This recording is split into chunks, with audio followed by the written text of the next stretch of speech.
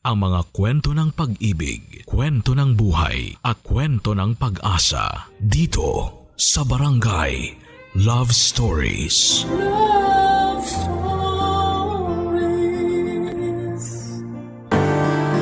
Hindi madaling maging magulang lalo na kung nagkahiwalay na kayong mag-asawa.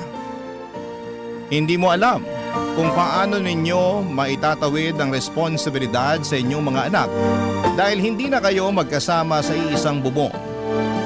Ikaw, kabarangay, bilang isang single parent, kaya mo bang kayaning mag-isa kahit na hindi mo na siya kasama?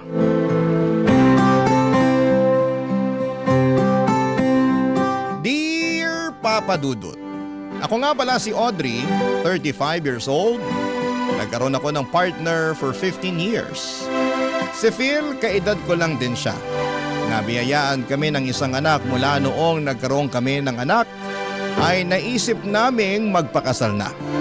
Kaya lang, napansin namin Papa Dudut na lagi kaming humahanap ng dahilan para huwag planuhin lagi ang kasal namin.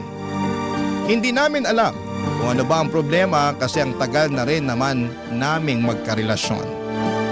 Kasal na lang talaga ang magbibigay ng formality sa lahat.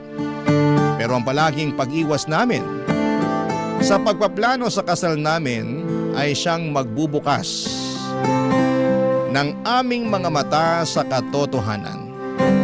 Isang araw, nag-usap kami biglaan. Ayaw na naming ituloy pa ang relasyon namin. Nag-agree kaming pareho na sapat na ang 15 years na relasyon namin. Walang samaan ng loob. Maginhawa naming tinanggap na hindi na namin pwedeng ipagpatuloy pa ang relasyon namin. Ang nagulat nga ay yung mga kamag-anak at kaibigan namin at nakita kasi nila na halos wala kaming pagtatalong dalawa. Almost perfect na nga raw ang relasyon namin. Walang gulo o kahit na anong issue. Hindi naman namin may paliwanag sa kanila ang nararamdaman lang namin na ayaw na namin sa isa't isa. Alam naming dedepensahan nila yon at sasabihin pwede pang maremedyohan. Pero kasi alam namin dalawa ni Phil na tapos na talaga ang lahat sa amin. At kailangan na lang naming maging magulang sa 6-month-old baby na si Luna.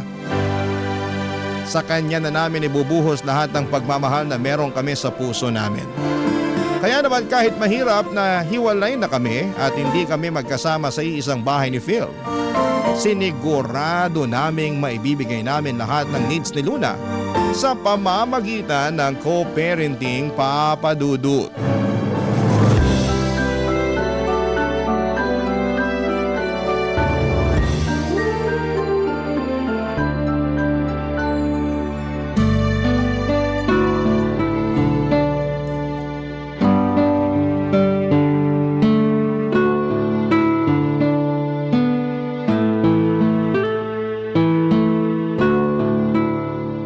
Kakayanin ba natin?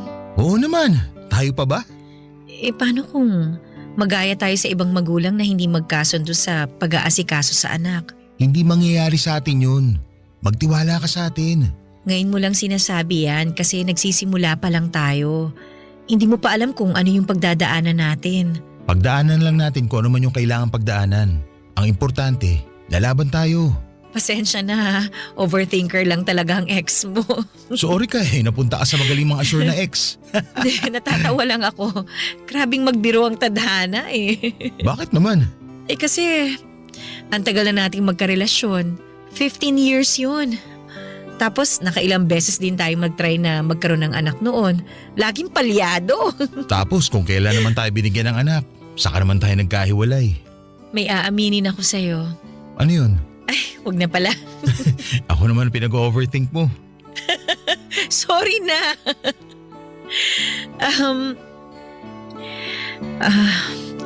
Muntik ko nang ipalaglag si Baby Luna nung nalaman kong nakabuo na tayo.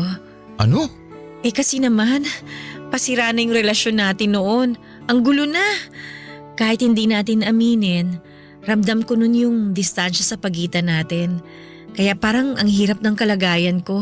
Nag-overthink ako. Ako rin may aaminin. Ano ba to? Para naman tayong nag-open forum. Ang usapan lang naman dapat ngayon kung paano ang co-parenting natin. Mas maganda maging open na tayo sa nakaraan natin. Para alam na natin kung paano natin pakikisama ng isa't isa sa mga susunod na araw. Ano ba nga aminin mo? 1 buwan bago natin malaman na buntis ka, doon ko naramdaman na ayoko na sa relasyon natin. Bakit naman naisip mo pa rin na magpakasal tayo? Kasi magkakaanak na tayo nun. Yun naman ang dapat gawin sa sitwasyon natin noon, hindi ba? Pero ikaw naman tong panayang iwas sa usapang kasal after. Nahalata mo pala. Kaya ba ikaw na rin yung kusa nagsabi sa akin na huwag tayo magpakasal? Oo, kasi kilala na kita. 15 years ba naman tayo magkasama sa iisang bubong? Ayoko namang ipilit ang sarili ko kung hindi mo na ako gusto. Pero kung hindi mo naramdaman na umaayaw na ako, gusto mo pa rin bang makasal tayo? Bakit tumatawa ka lang dyan? Kasi naisip ko, wala na rin pala namang point na pag-usapan pa ang past. Baka kung ano pang masabi natin at magkasakitan pa tayo, di ba? Sabagay. Sige, wag na lang natin pag-usapan. Tapos na rin naman yun. Ang mahalaga, andito tayo para sa anak natin. Kaya mula ngayon hanggang sa mga susunod na araw, wala nang dapat pag-usapan kundi ang co-parenting sa anak natin, ha? Opo, boss. Masusunod yan. Ay, teka, maghahanda lang ako ng merienda natin.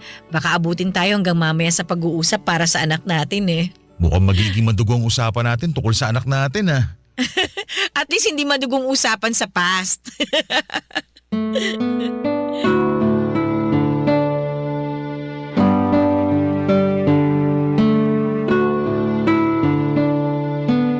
Kung ang ibang babae ay mahilig ungkatin ang past, ako naman ay hindi. Ayoko na.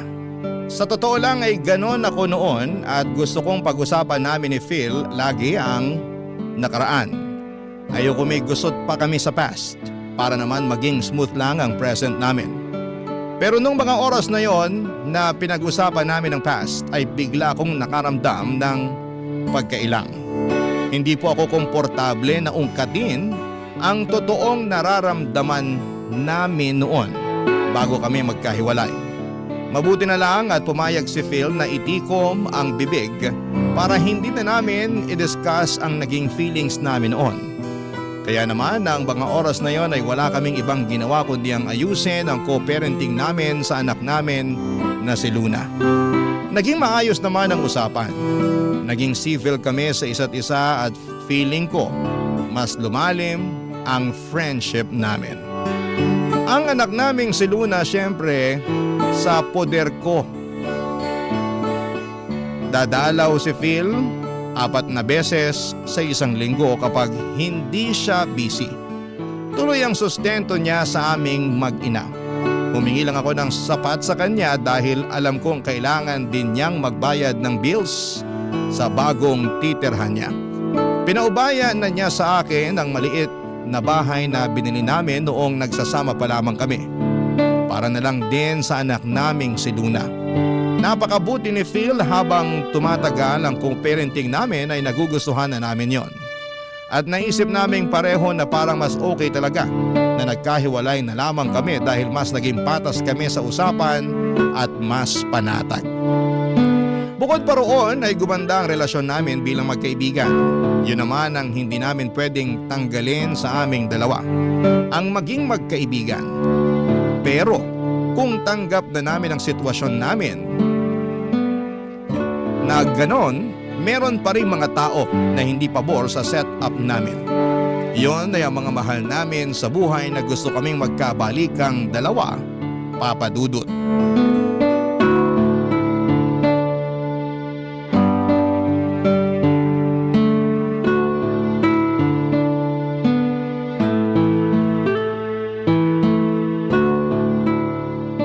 Sorry kung nalate ako ng dating ha. Hindi ko inasahan na magdadagdag pa yung boss namin ng trabaho Okay lang yun. Sabi ko naman sa'yo okay lang kung hindi ka muna makadalaw ngayon Bawing-bawi ka naman ng mga nakaraan. Hindi pwede. Napag-usapan na natin to. Pagdalaw na nga lang ang gagawin ko, hindi ko pa magawa. Ayos nga lang.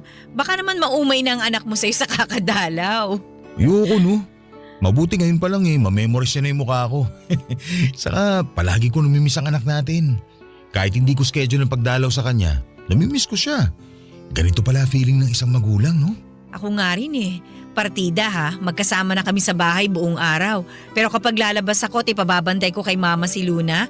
Naku, hindi ako mapakali. Gusto ko na umuwi kagad para makasama ang anak natin. Ay, kamusta pala mama mo? Ang tagal ko nang hindi sila nakikita ng papa mo ha. Pakisabi, nabanggit ko sila sa'yo ha. Baka mamaya magtampo na sila sa akin. Ay nako, mas mabuting wag muna kita banggitin sa kanila. Oh, bakit naman? Kasi kukulitin lang nila ako. Kukulitin? Ano, makipagbalikan sa'yo. Ah, kuha ko na. Ganyan din si nanay at tatay sa akin. Bakit daw hindi na lang natin ayusin ang relasyon natin? At kapag sinabi nating maayos naman tayo sa isa't isa, mas lalo nila tayong ipupush na magkabalikan. Kasi nga okay naman daw tayo. Bakit hindi na lang daw tayo magsama ulit? Hindi naman daw pala tayo magkagalit tulad ng iba. Alam mo ba, rinding-rindi na ako sa kanila sa tuwing kinukumusta kanila ha. Lalo na si mama, lagi nagpaparinig na mahirap maging single mom. Na kesyo kailangan ko pa rin daw ng kasama dito sa bahay sa pag-asikaso kay Luna at kung ano-ano pa. Ang sabi naman ni tatay, maganda magsama pa rin tayo kasi raw kailangan ko raw bantayan kayo ni Luna bilang haligi ng tahanan. Ay, parehas din sa sinabi ni Papa sa akin. Nagkakampihan na silang lahat. Pati nga sina ate. Sinusulsulan pa si nanay at tatay na i-push na ayusin na tong relasyon natin. Sayang naman daw yung 15 years. Kawawa raw si Luna. Sabi ko, paano magiging kawawa? Busog nga siya sa pagmamahal at atensyon natin. Sinabi ko na rin yan. At saka sabi ko, kahit hindi naman tayo magkasama sa iisang bahay, na ibibigay pa rin natin lahat ng kailangan ni Luna. Kaso, ayaw pa rin nilang magpatalo, no? Sasabihin nila na kesyo mas maganda pa rin kung magkasamang dalawa. Ay nako, yan mismo ang linya ni na mama. Paulit-ulit. Sabi ko nga, i-record na lang nila para hindi na sila mapagod kakapangaral. Sa susunod talaga, ako na magre-record ng mga advice nila para ipe-play ko na lang kapag naisip nilang makialam ulit. Order tayo ng recorder online. Sana matanggap na nila yung bagong setup natin, no? Oo nga eh. Tayo nakamove on na, sila ayaw pa rin talaga. Hindi ko rin naman sila kasi masisisi. Nasanay sila na magkasama tayo, tsaka walang broken family sa angkan namin eh. Ako lang yata ang nagpasimula. Hindi naman tayo broken family ah. Walang broken sa sitwasyon natin.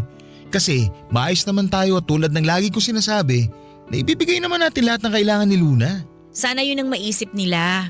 Hindi naman kasi sila nakikinig sa paliwanag natin eh. Puro na lang yung iniisip nila ang gusto nilang maintindihan natin. Hayaan mo sa susunod na gaganyan sila sa akin, lalaban na talaga ako. Siguro kailangan ko na rin maging matapang sa paghindi sa kanila. Para hindi na sila umulit na mamilit. Sasabihin ko sa kanila ng paulit-ulit na hindi na kita mahal. Ako rin!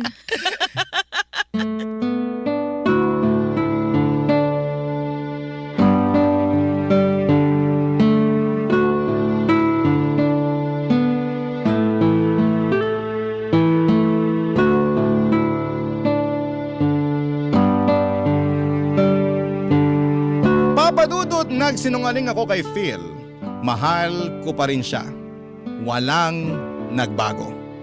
Andun pa rin ang feelings ko para sa kanya kaya lang syempre ay hindi ko naman yon pwedeng aminin. Ayaw ko namang magbukang kawawa dahil obviously ay hindi na niya ako mahal. Paulit-ulit na lang niyang sinasabi sa akin yon. Alam kong hindi naman niya intensyon na saktan ako sa mga salitang yon. Dahil akala niya ay hindi ko na rin siya mahal pero ang sakit pa rin pala kapag narinig ko yon sa kanya. Nagagawa ko na lang na magpanggap papadudot para naman isave ang pride ko. Pero habang tumatagal ang hirap na ring itago. Pero wala akong ibang choice kundi ang ipakita sa kanya na parehas lamang kami ng nararamdaman para sa isa't isa. Baka kasi kapag nalaman niyang may feelings pa rin ako sa kanya, mailang na siya sa akin. Baka hindi na mag-work out ang co-parenting namin. Siyempre ayokong mangyari yon. Damay kasi ang anak naming si Luna pag ganoon ang nangyari. Bilang isang ina ay wala akong ibang dapat na i-prioritize kundi ang kapakanan ng anak ko. Kahit sabihin pang binaon ko na ang sarili kong nararamdaman. Nanay na ako, una na palagi sa listahan ang anak ko. Kahit masakit alam kong masasanay din ako. Siguro nga Papa Dudut ay kailangan ko lang ng oras para maka-move on para kay Phil. Pero paano nga ba ako mag-move on mga kapuso? Sa kanya, palagi ko siyang nakikita. Minsan gusto ko nang bawasan ng oras ng pagdalaw niya, Papa Dudut. Pero ang ending, ako itong palaging nahihirapan dahil hindi naman nababawasan ang feelings ko para sa kanya. Minsan nga mas nadadagdagan pa kasi naman mas nakikita ko kung gaano siya kabuting ama para sa aming anak, Papa Dudut. Barangay Love Stories. Barangay Love Stories. Sa pagpapatuloy ng co-parenting namin ni Phil ay naging smooth naman ang lahat. Kung meron mang gusot ay mabilis lang na naaayos. Mas naging mabait din siya sa akin lahat ng i-request ko. Kahit pang personal ko ay ibinibigay niya. Ginagawa niya lagi ng paraan kahit na mahirap. Kaya naman parang nahirapan ako na maka-move on sa kanya. Gustuhin ko mang pigilan siya sa mga efforts niya pero nananabik ako sa tuwing pinapakitaan niya ako ng maganda. Kaya naman hinayaan ko na lamang siya at iniisip ko na lamang nalilipas din ang nararamdaman ko. Masyado pa namang maaga para magmadali na mawala na lahat ng feelings ko sa kanya. 15 years kaming nagsama, hindi ba? Maintindihan naman ninyo kung hindi ko pa siya kayang bitawan. Saka ang importante ay hindi naman ako gumagawa ng dahilan para makipagbalikan sa kanya, Papa Dudut. Tinanggap ko na. Kahit mahirap, kahit may feelings pa ako sa kanya, na hindi na kami pwede sa isa't isa. Kahit sabihin pang minsan ay pinapangarap kong hanggang pagtanda ay magkasama kaming dalawa. Pero ganon siguro talaga no? May mga taong hanggang pangarap lang. Walang katuparan. At dapat maging ayos lang tayo doon. Siguro hihintayin ko na lang ang tamang tao para sa akin. Pero bakit kaya ganon sa tuwing ipinagdarasal ko na makilala na ang tamang tao para sa akin ay biglang lumalabas ang mukha ni Phil sa isipan ko. Talagang siya pa rin pero ako mukhang nakalimutan na niya ng tuluyan. Napatunayan ko yon nang minsang dumalaw siya sa bahay at ibinalita sa akin ang bagong kaganapan sa buhay niya.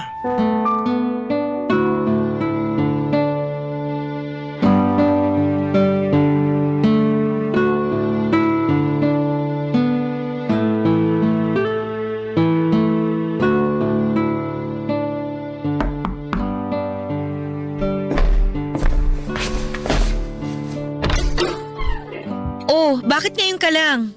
Pasensya na ha. Pasok ka na. Pasensya ka na talaga. Kanina ka pa humihingi ng pasensya. Hindi naman ako galit. Nakakahiya Kasi first time ko malate ng 2 oras. Tulog na ba si Baby Luna? Oh, pero pagising na rin yun sigurado kaya sakto lang din ang dating mo. Kumain ka na ba? Nagprito ako ng ham at itlog. Baka gusto mong sabayan ako kumain. Kumain na kami kanina Kami? Oy, kami nung... Hindi ko alam kung dapat ko bang sabihin sa'yo. Nakakahiya. Sabihin mo na. Ngayon ka pa naman nahiya. Ano ka ba? Nakipag-date ako kanina. Uy, ayos yan Ayos lang ba talaga sa'yo? Oo naman, ano ka ba? Bakit naman hindi magiging okay yun? Siyempre, ex kita Baka hindi ka komportable na nakikipag-date ako sa iba. Kaya nga ex mo na ako, di ba? Wala na akong karapatang pakialaman ka kung makikipag-date ka na sa iba. So, kumusta naman na naging date nyo? Anong pangalan niya? Faith ang pangalan niya. Mas matanda tayo sa kanya ng 5 taon. Okay ang date namin. Ang dami namin pagkakaparehas. Kalog kasama. Nakakatuwa. Mabuti naman at nakahanap ka ng makakasundo mo. Biglaan nga to. Wala naman akong balak sana makipag-date pa Gusto ko mag-focus muna kay Luna kaya lang dumating na Ganun daw talaga kapag hindi mo hinahanap tsaka dumadating. Bale, nakilala ko siya sa grocery store. Naalala mo last month? Nung inutusan mo akong bumili ng diapers ni Luna? Nagpabili ka nga rin sa akin ng napkin mo. Oh, tingnan mo nga naman. Ako pa yata ang naging tulay para magkakilala kayo. Ang galing, di ba? Woo! Oo nga Nakakatuwa. Nasaktuhan niya ako na hirap hanapin ko anong napkin ang kailangan mo. Pinaliwanag niya sa akin kung bakit may wings yung napkin. Saka siya rin mismo nagturo ng magandang feminine wash para sa'yo. Kaya next week na mag-grocery ako, isasabay ko na yun para mabili ko yung sa'yo. Salamat ka mo kay Faith dahil bigla ako nagkaroon ng regalong feminine wash galing sa'yo. Nakakatuwa siya. Simple mga bagay lang din ang nagpapasaya sa kanya. Parang ikaw. Parang ako? Oo. Medyo naalala nga kita nung kasama ko siya. Halos parehas kayo ng ugali. Siguro talagang mga katulad mo ang trip ko sa babae. Pero Phil, Ano yun? wag mo na ako masyado ibida kay Faith sa next na date ninyo. Para naman hindi siya mailang. Ayaw naming mga babae ng ganun, no? Feeling namin na ikukumpara kami sa mga ex. Feeling namin, hirap pa rin kayo makamove on sa mga ex nyo kapag ganun. Sus, hindi niya na kailangan mag-worry, no? Kasi ako, nakamove on na ako sa'yo. 100% pa nga. Wow, maganda yan ha. Fully healed ka na sa akin. Matagal na. Kaya nga, ang lakas lang din ng loob ko na magkagusto kay Faith. Kasi kampante na ako na wala nang atrasan ng paliligaw ko sa kanya. Gusto ko na talaga siya eh. Gustong gusto. Para akong tinusok ng ilang daang pirasong karayom sa sinabi ni Phil, Papa Dudut. Bakit naman kailangang ganon pa ang sabihin niya? Nasaktan ako roon ha? Hindi ko lang pinahalata kasi pinagtakpan ako ng pride ko. Nakangiti ako sa buong pag-uusap namin kahit ngalay na ako noon. Wala akong pakialam kasi naman ay kailangan kong magpanggap na masaya ako para sa kanya. Kahit sa totoo lang ay para na akong inaapakan ng ilang daang libong elepante. Ang OA ng pagkakadescribe ko, hindi ba? Pero ganon kasakit marinig na yung taong mahal mo ay iba na palang gusto. Lalo na noong sinabi ni Phil na 100% na siyang nakamove on sa akin. Grabe yon. Halos ilang araw ding umikot-ikot sa utak ko ang mga salita niyang yon. Gustuhin ko mang mag-change topic ng mga oras na yon, pero hindi ko magawa. Paano ba naman kasi ay laging naililiko ni Phil ang usapan at papunta kay Faith yon? Kasalanan ko rin naman eh. Sinabi ko kay Phil na okay lang na magkwento siya sa akin tungkol kay Faith at sa ligawan nilang dalawa. Hindi ko naman kasi inakala na magiging ganon ka-insensitive si Phil para bulgaran pa niyang sabihin sa akin lahat ng detalye sa date nila ni Faith.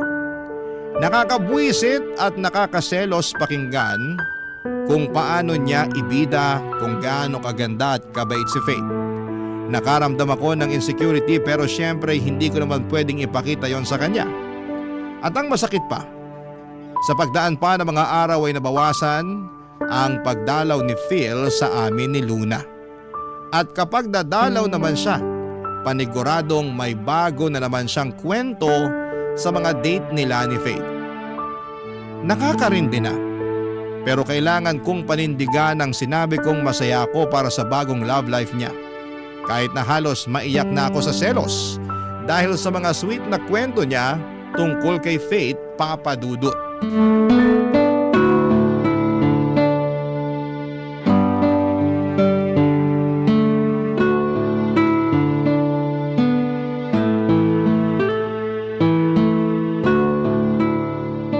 Ikaw, Phil ha? Bakit? Tanggalin mo nga yung ngiti sa labi mo. Nakita mo na nga seryoso at galit ako eh. Sorry na. Ang happy ko lang kasi ngayon. Unang mansa rin namin bukas ni Faith. At alam mo ba, marami na akong plano para bukas. O teka, di ba sasamahan mo ako para sa check-up ni Baby Luna bukas? Ha? Bukas na ba yun? Wala, sorry. Nakalimutan ko. Kaya ako nagtatampo sa'yo eh. Nakakalimutan mo ng schedule mo kay Baby Luna. Madalas ka pang late pag pumupunta dito. Tapos nababawasan na rin yung araw ng pagdalaw mo. Pagpasensya mo na ako, Audrey. Ngayon lang ulit ako naging masaya eh. Ngayon lang naman to. Nagsisimula pa lang naman kami ni Faith. Alam mo naman siguro yung ganitong feeling, hindi ba? Anong ganyang feeling? Yun yung mga unang araw, linggo at buwan nyo bilang magkarelasyon. Di ba puro kilig lang? Yung tipong ayaw nyo mawalay sa isa't isa. Ganun kasi ang nararamdaman ko ngayon kay Faith eh. Alam ko, nababadoyan ka na pero totoo kasi. Wala akong pakialam kung kiligin ka o para ka nakalutang sa ere dyan sa relasyon nyo ni Faith.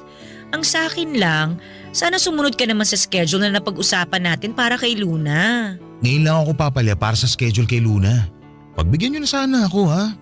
Hindi ko kasi alam na may schedule talaga. O baka nakalimutan ko lang din.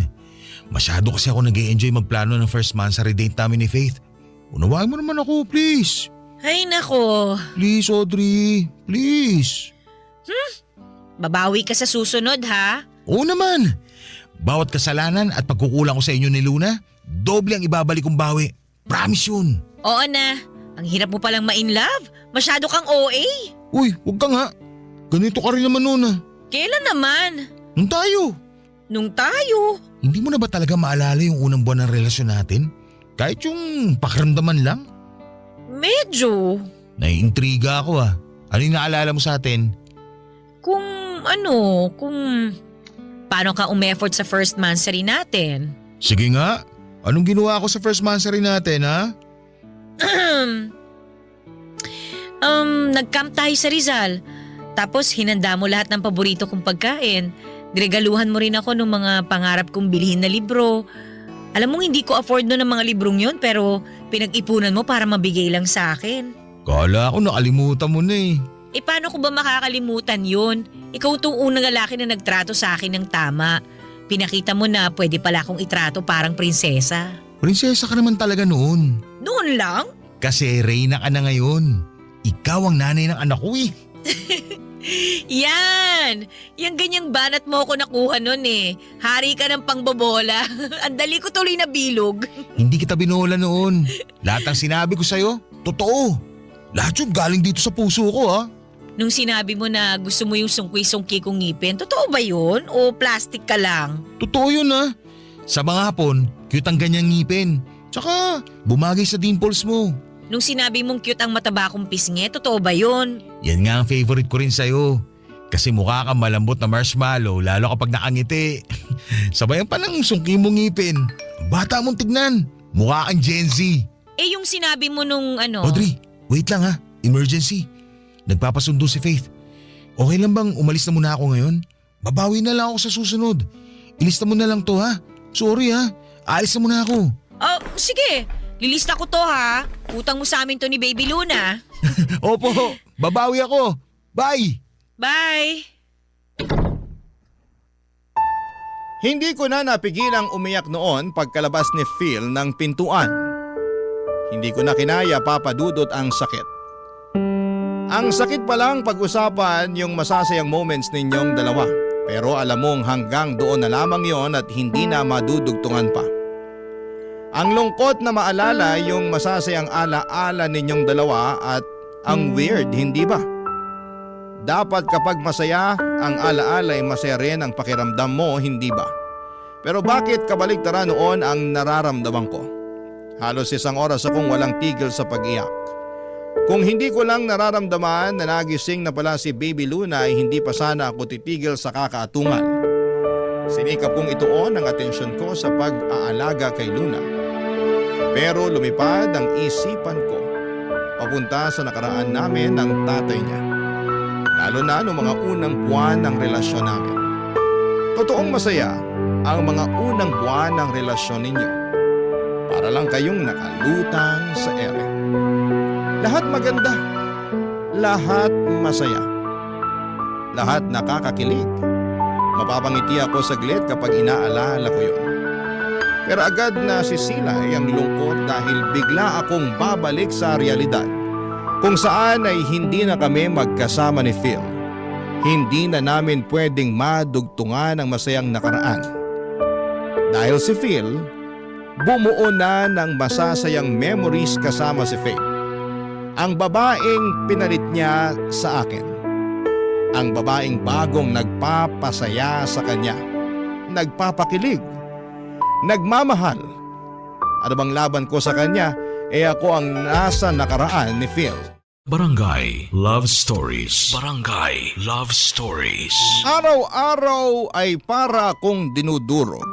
Sa tuwing nagkakaroon ako ng update kina Phil at Faith. Isang parusa na makita sila noon sa Facebook na sobrang sweet. Dati naman kasi ako yung kasama niya sa mga post niya. Pero noong naging sila ni Faith ay nawala na ako bigla sa eksena. Dinilit na rin ni Phil ang mga pictures namin. Actually, ako ang nagsuggest para hindi magselos si Faith. Pero noong time na sinuggest ko yon ay nagsiselos lang kasi ako. Nadala ako ng emosyon ko. Ayokong i-delete niya ang pictures namin, gusto ko lang namang tanggihan niya ako para ma-feel ko na may halaga ako sa kanya. Pero ang bilis niyang sumunod. Nag-agree siya na baka magselo si Faith kapag nakita niya ang lumang mga pictures namin. Samantala si Baby Luna na lang ang natira sa Facebook ni Phil. Nakakainis. Pero kasalanan ko naman dahil ako pa nagsabi at nagpresenta na burahin niya ang mga pictures ko. Ang hirap naman talagang maging babae. Sino bang makakaunawa ng sitwasyon at hormones namin? Sa pagdaan ng mga araw ay pinapagalitan ko na ang sarili ko kung bakit hirap pa rin akong makalimot kay Phil. Ayos na nga rin sa akin kung 2 o 1 beses na lamang siya sa isang linggo kung dumalaw. Paano ba naman kasi naiisip ko lamang na makakatulong sa paglimot ko sa kanya kung bibihira ko siyang makikita. Kaya kapag nagpapaalam si Phil sa akin na hindi muna makakadalaw ay oo agad ang sagot ko sa kanya. Pero sa deep inside, nami-miss ko siya, Papa Dudut. At dahil doon ay mas lalo akong nagkikrave para sa kanya. Mas lalo akong nahihirapang makamove on sa kanya, Papa Dudut.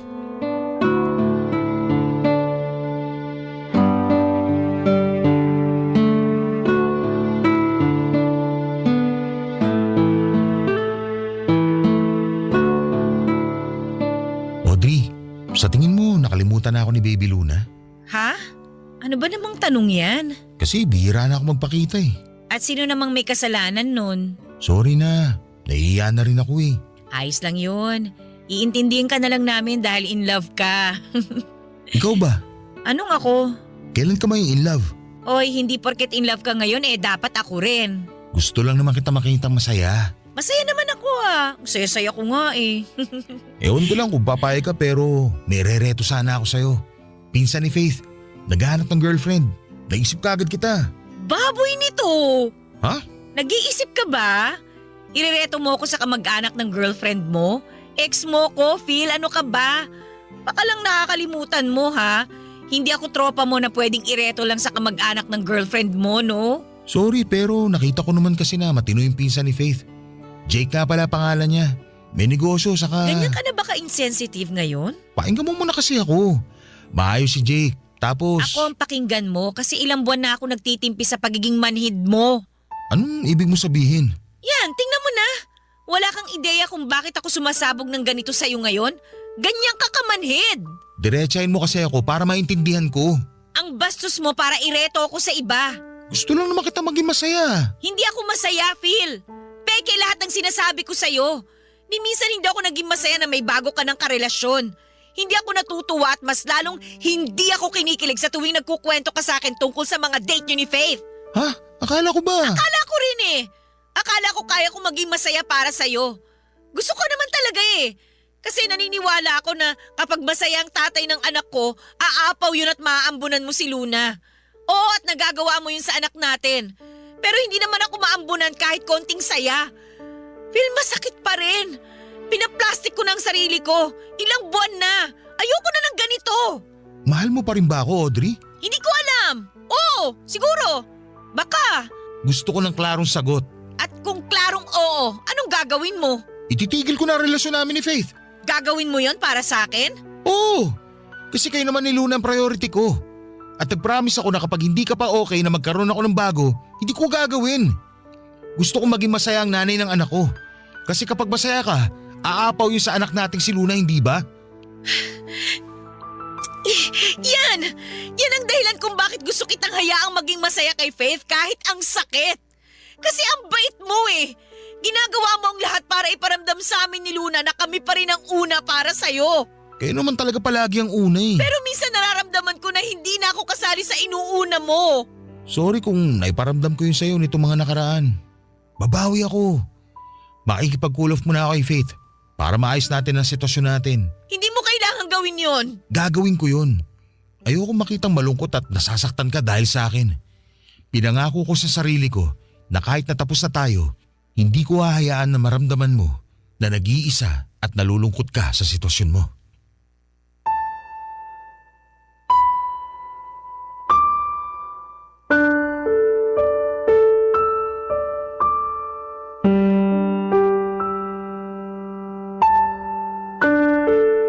Papadudot na iyak ako sa sinabi ni Phil. Naramdaman ko ang sincerity sa mga sinabi niya. Kilala ko siya, 15 years kaming nagsama. Niyakap ko siya at nagpasalamat. Doon ay biglang gumaan ang pakiramdam ko. Yun lang naman pala ang kailangan ko, assurance. Assurance na kahit meron na siyang bago hindi pa rin niya kami pababayaan ni Luna. Kaya naman doon lumuwag ang pakiramdam ko at nasabi ko na sa kanya na ituloy na ang relasyon niya with Faith. Walang halong kaplastikan yon. Gusto kong maging masaya siya kahit na walang ibang rason o kadahilanan. Alanganin pa rin si Phil noong una pero hinawakan ko ang kamay niya at sinabing magiging okay din ako balang araw. At para mapatunayan yon sa kanya ay kinuha ko ang number ng pinsan ni Faith na si Jake para pagbigyan sa date. Binigay naman ni Phil at sinabing okay lang din kung magbago ang isip ko sa pakikipag-date. Pero sinabi ko sa kanya na kailangan ko na rin i-explore ang ibang mga options. Gusto ko na rin na mapagaan ang sarili ko at makilala rin ang iba. Sincero naman at totoo ako noong binitawan ko ang mga salitang yon.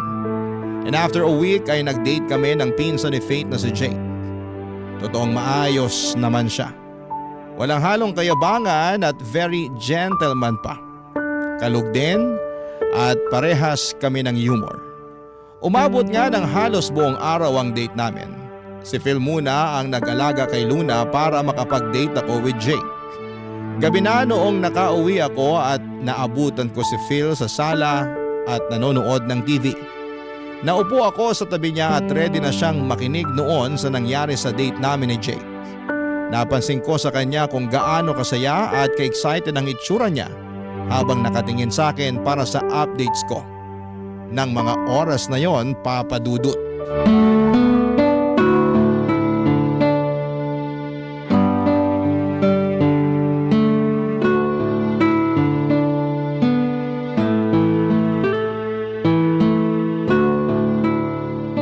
So ano, kamusta?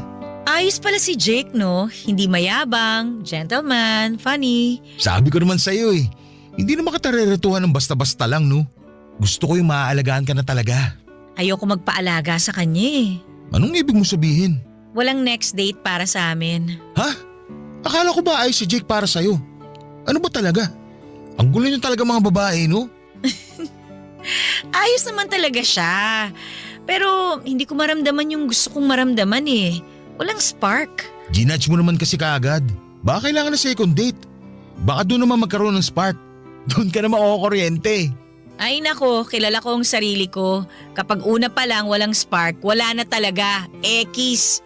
Nakaramdam ka ba ng spark sa akin nung una pa lang? Tatagal ba tayo ng 15 years kung wala? Ay, sorry. Bakit ka naman nagsusorry? Kasi napundi ko yata yung spark sa puso mo. Ang corny mo ha. Hindi mo kasalanan kung hindi ko pa na-feel yung spark kay Jake. Baka sa next na ida-date ko, hindi ko alam. Ayokong pilitin. Basta mararamdaman ko yon. Ayoko magmadali. Sigurado ka bang okay ka lang? Ayan ka na naman Nag-worry ka na naman sa akin. Hindi na nakakatuwa yan ha. Feeling ko tuloy kawawa ako. Hindi ka naman nagmukhang kawawa sa akin, no? Gusto ko lang din talagang makitang happy ka na. Kasi ako happy na ako At happy din ako for you. Yung happiness ko, darating din yun. Huwag dapat pilitin. Ikaw nga, biglang dumating si Faith sa buhay mo nang hindi inaasahan, di ba? Ganon din sa akin, sigurado yun. Sana dumating na kaagad yung para sa'yo. Dumating na si Baby Luna sa akin. Siya yung para sa akin. Alam mo naman ang ibig ko sabihin. Oo nga, alam ko na yan. Pero habang wala pa, si Baby Luna muna ang para sa akin. Sa kanya ko palang ulit naramdaman yung spark Hayaan mo, kapag may dumating, sasabihin ko kagad sa'yo. Abang lang tayo ng spark, baka maramdaman ko rin sa grocery store. Audrey. O ano na naman? Sana alam mo na minahal talaga kita. Sobra. Ano na namang kadramahan yan? Gusto ko lang ipaalala sa'yo. Nakaramdam din ako ng spark sa'yo. Alam ko naman yun. O siya, sige na, umuwi ka na para makapagpahinga ka na rin. Alam ko, pinagod ka ni Baby Luna. Tsaka kailangan ko na rin maglinis dito. Ayoko ng storbo. Okay. Kung may kailangan ka, i-message mo lang ako ha. Magre-reply ka agad ako. Sige, ingat ka ha. Okay? Audrey, Bakit? Ano yun? sorry talaga kung hindi tayo umubra ha. Okay lang yun. Ano ka ba? Hindi man tayo magkatuluyan sa buhay na to. Baka sa susunod na buhay, pwede na. Eddie, see you na lang sa next life. See you.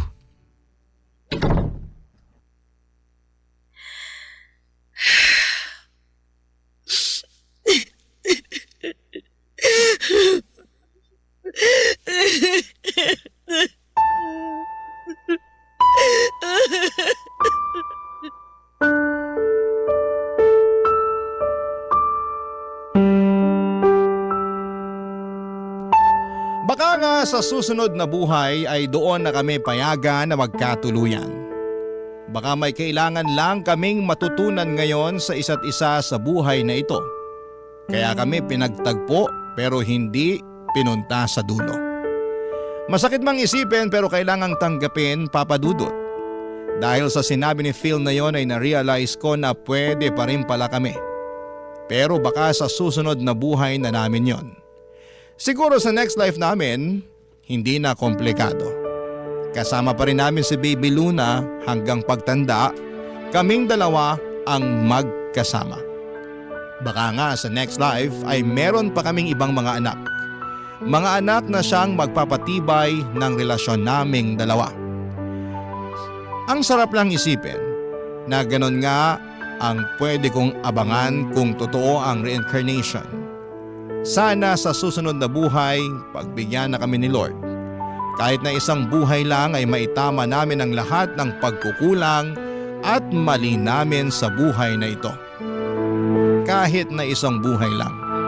Pero sa ngayon ay kailangan kong harapin ang lahat ng ito sa buhay ko ngayon. Ito kasi ang realidad. Hiwalay kami ni Phil at ang nag-uugnay lang sa amin ay si Luna. At sa usapan namin co-parenting sa kanya. Sa buhay na ito ay kailangan lang siguro naming tanggapin na ito ang role namin sa mundo. Maayos naman kami, kahit masakit, siguro balang araw ay mawawala rin yung lungkot na nafe-feel ko. Kasi siguro balang araw ay makikilala ko ang tamang tao para sa akin sa lifetime na ito. Hindi ko pa man siya nakikilala pero ramdam ko na kaagad na magiging masaya ako para sa kanya. At magagawa ko nang makalimutan lahat ng gabi na umiiyak ako dahil sa hiwalayan namin ni Phil. Balang araw, darating din siya. Darating kapag hindi na kailangang hanapin. Maraming salamat po sa pagbasa ng aking liham. Sana ay nakakuha kayo ng inspirasyon at ng lakas para ipagpatuloy pa ang buhay. Kahit minsang nasaktan ang mga puso ninyo sa pagkakawalay sa taong inaakala ninyong makakasama ninyo hanggang sa dulo. Masakit man, pero kailangang tanggapin. Ang inyong kapuso at kabarangay forever, Audrey. Anong say mo sa Barangay Love Stories na ito? Pagkwentuhan natin sa comment section yan.